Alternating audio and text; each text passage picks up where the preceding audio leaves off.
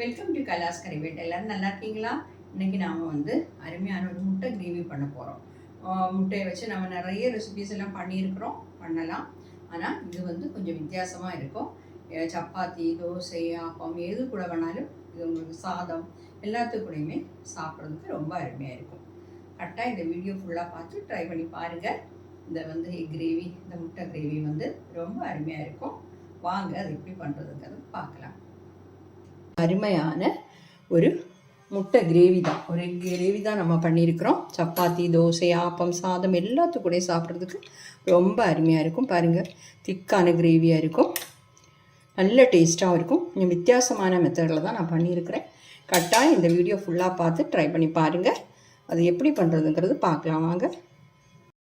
இப்போ அந்த முட்டை கறி பண்ணுறதுக்காக நான் வந்து ஒரு 2 டேபிள் ஸ்பூன் எண்ணெய் சேர்த்துக்கிறேன். எண்ணெய் வந்து சூடாகட்டும். எண்ணெய் சூடானதும் நம்ம வந்து ஒரு துண்டு பட்டை, 2-3 கிராம்பு, 3 ஏலக்காய் இதை சேர்த்துருக்குறோம். அப்புறம் வந்து ஒரு டீஸ்பூன் சீரகம் சூடாகட்டும். இப்போ இது கூட வந்து 3 பெரிய வெங்காயத்தை பொடி பொடியாக கட் பண்ணி வச்சுருக்கிறேன், அதையும் சேர்த்துலாம். நம்ம சீரகம் வந்து தீஞ்சு போகாமல் பார்த்துக்கோங்க. வெங்காயம் வந்து நல்லா வதங்கணும். இதை வந்து கொஞ்சமாக உப்பு சேர்த்துடலாம். 1/2 டீஸ்பூன் சேர்த்துருக்கிறேன். வெங்காயம் நல்லா வதங்கட்டும்.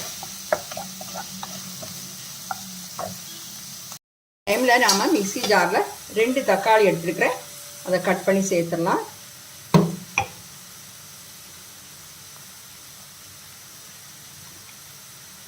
அப்புறம் இது கூட வந்து ஒரு பச்சை மிளகாய் சேர்க்கலாம், அதையும் உடச்சி போட்டுடலாம். கொஞ்சமாக கொத்தமல்லி தழை இதையும் சேர்த்துடலாம். இதையும் சேர்த்து நல்லா அரைச்சி எடுத்துடலாம் ஃபைனாக. இதை பாருங்கள், நல்லா ஃபைனாக அரைச்சி எடுத்தாச்சு, இருக்கட்டும். இது கூட வந்து நம்ம ஒரு சின்ன துண்டு இஞ்சியும் ஒரு பெரிய 2 பல் பூண்டு, சின்னதுன்னா ஒரு 5 பல் பூண்டு வரைக்கும் பொடியாக கட் பண்ணி சேர்த்துருக்குறேன். உங்கள்கிட்ட இடித்தது இருந்துன்னா, இல்லை இஞ்சி பூண்டு பேஸ்ட் இருந்துன்னா அதையும் சேர்த்துக்கலாம். இல்லைன்னா இதை இடித்து கூட இது கூட சேர்த்துக்கலாம். நல்லா வதங்கட்டும். இப்போ மிக்ஸி ஜாரில் ஒரு ஸ்பூன் தண்ணி தான் சேர்த்துருக்குறேன். இதோட பச்சை வாசம் நல்லா போகணும். ஏன்னா நம்ம தக்காளி அந்த கொத்தமல்லி தழையெல்லாம் வதக்காமல் தான் அரைச்சிருக்கிறோம். அதனால் அதோட பச்சை வாசம் நல்லா போகணும். போகிற வரைக்கும் நாம் வதக்கிடலாம். அதோட பச்சை வாசம் எல்லாம் போயிடுச்சு பாருங்கள். நாம் இதை வந்து கொஞ்சம் தண்ணி சேர்க்கலாம். நான் இப்போ வந்து 1 கப் தண்ணி சேர்க்குறேன்.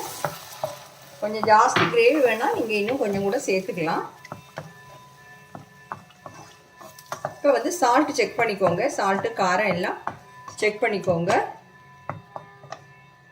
நான் வந்து ஒரு 1/4 கப்பு தண்ணி கூட சேர்க்குறேன். ஏன்னா இந்த கிரேவி வந்து நல்லா கொதிக்கணும். கொதிக்கும் போது இன்னும் கொஞ்சம் திக்காகும். இன்னும் கொஞ்சம் சால்ட்டு சேர்க்கணும். சால்ட்டு கொஞ்சம் கம்மியாக இருக்குது, கொஞ்சமாக பார்த்து சேர்த்துக்கலாம். காரம் வந்து கரெக்டாக தான் இருக்குது. நல்லா கொதிக்கட்டும். பாருங்கள், நம்ம கிரேவி நல்லா கொதிச்சிருச்சு. அந்த எண்ணெய் எல்லாம் நல்லா பிரிஞ்சு வந்துடுச்சு. இப்போ வந்து நாம் இதில் முட்டையை சேர்த்துடலாம். பக்கத்தில் கோயிலில் வந்து பூஜை நடக்குது, அதனால அந்த மணி சத்தம் கேட்குது. எல்லாத்தையுமே சேர்த்துட்டேன். பாருங்கள், கிரேவியெல்லாம் கரெக்டாக தான் இருக்குது. ரொம்ப தண்ணியாகவும் இல்லை, ரொம்ப கெட்டியாகவும் இல்லை. இந்த கிரேவியெல்லாம் இந்த முட்டைக்கு மேலே இந்த மாதிரி சேர்த்துடலாம். ஏன்னா நம்ம முட்டையில் வந்து இந்த கிரேவியெல்லாம் நல்லா பிடிச்சி கிடைக்கும், அதுக்காகத்தான். இருக்கட்டும்.